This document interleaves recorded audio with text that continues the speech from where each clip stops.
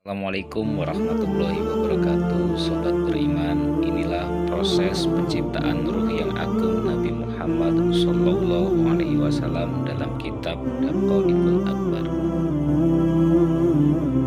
yaitu nur yang terpancar dari junjungan kita Nabi Muhammad Sallallahu Alaihi Wasallam. Sungguh telah diriwayatkan dalam sebuah hadis, sesungguhnya Allah telah menciptakan sebuah pohon yang mempunyai 4 dahan pohon.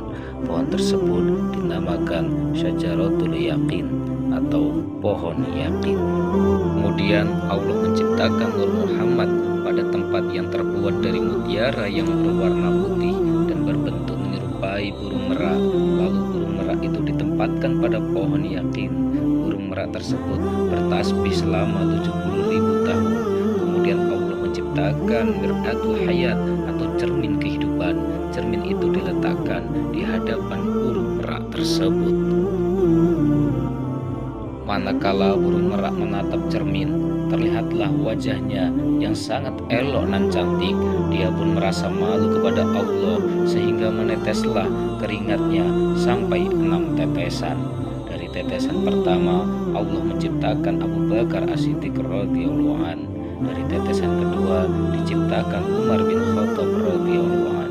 Dari tetesan ketiga diciptakan Utsman bin Affan radhiyallahu an. Dari tetesan keempat diciptakan Ali bin Abi Thalib radhiyallahu an.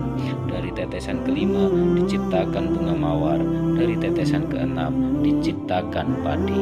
Kemudian Nur Muhammad bersujud di hadapan Allah Subhanahu wa taala 5 kali, sehingga hal tersebut menjadikan kewajiban bagi kita semua dan diwajibkan sholat 5 waktu. Dari keringat hidungnya diciptakan malaikat. Dari keringat wajahnya diciptakan aras, kursi, lauh mahfuz, kalam, matahari, bulan, hijab, dan sesuatu yang ada di langit. Dari keringat dadanya diciptakan para nabi dan rasul, para ulama, syuhada, dan sholihin. Dari keringat punggungnya diciptakan Baitul Ma'mur, Ka'bah, Baitul Maqdis, dan tempat-tempat masjid di seluruh dunia. Dari keringat kedua alisnya diciptakan umat Muhammad dari kaum mukmin dan muslim laki-laki dan perempuan. Dari keringat kedua telinganya diciptakan ruh orang-orang Yahudi, Nasrani, Majusi, dan sebangsanya, seperti orang yang kufur, orang kafir, dan orang munafik. Dari keringat kedua kakinya diciptakan bumi yang terbentang dari timur sampai barat beserta seluruh isi yang ada di dalamnya. Setelah itu Allah Ta'ala berfirman kepada Nur Muhammad, "Lihatlah di hadapanmu, wahai Nur Muhammad."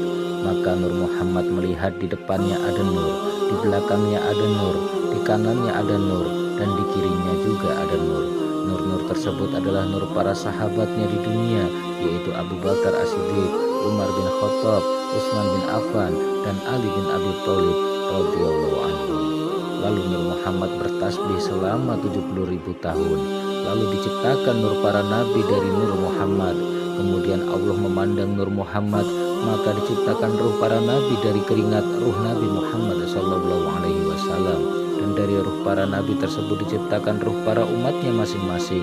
Sedangkan ruh kaum mukminin, umat Nabi Muhammad, diciptakan langsung dari keringat ruh Nabi Muhammad. Lalu para ruh semuanya mengucapkan La ilaha illallah Muhammadur Rasulullah. Setelah itu Allah Ta'ala menciptakan pelita atau lampu dari batu akik berwarna merah, yang bagian dalamnya dapat terlihat dari bagian luar. Dan Allah menciptakan wajah Nabi Muhammad sebagaimana wajahnya di dunia, dan diletakkan pada pelita atau lampu tersebut. Nur Nabi Muhammad berdiri di dalamnya seperti berdirinya orang yang sedang sholat. Sedangkan ruh para nabi berputar mengelilinginya seraya membaca tasbih dan tahlil selama 100 tahun. Kemudian Allah Ta'ala memerintahkan semua ruh supaya melihat rupa Nabi Muhammad. Dan dari penglihatan ruh tersebut Allah Subhanahu wa Ta'ala menjadikan orang yang melihat kepalanya akan menjadi orang khalifah dan raja atau sultan. Orang yang melihat dahinya akan menjadi pemimpin atau ratu yang adil. Orang yang melihat kedua matanya akan menjadi orang yang hafal Al-Quran. Orang yang melihat kedua alisnya akan menjadi seorang pengukir atau pelukis. Orang yang melihat kedua telinganya akan menjadi orang yang suka mendengar dan menerima nasihat. Orang yang melihat kedua pipinya akan menjadi orang yang suka berbuat kebajikan dan berakal sehat atau pandai. Orang yang melihat kedua bibirnya akan menjadi wazir atau patih atau orang kepercayaan raja. Orang yang melihat hidungnya akan menjadi hakim, tabib, dokter, dan penjual minyak wangi. Orang yang melihat mulutnya akan menjadi orang yang ahli berpuasa. Orang yang melihat giginya akan menjadi orang yang elok parasnya dan cantik wajahnya, baik pria maupun wanita. Orang yang melihat lisannya akan menjadi seorang utusan raja-raja.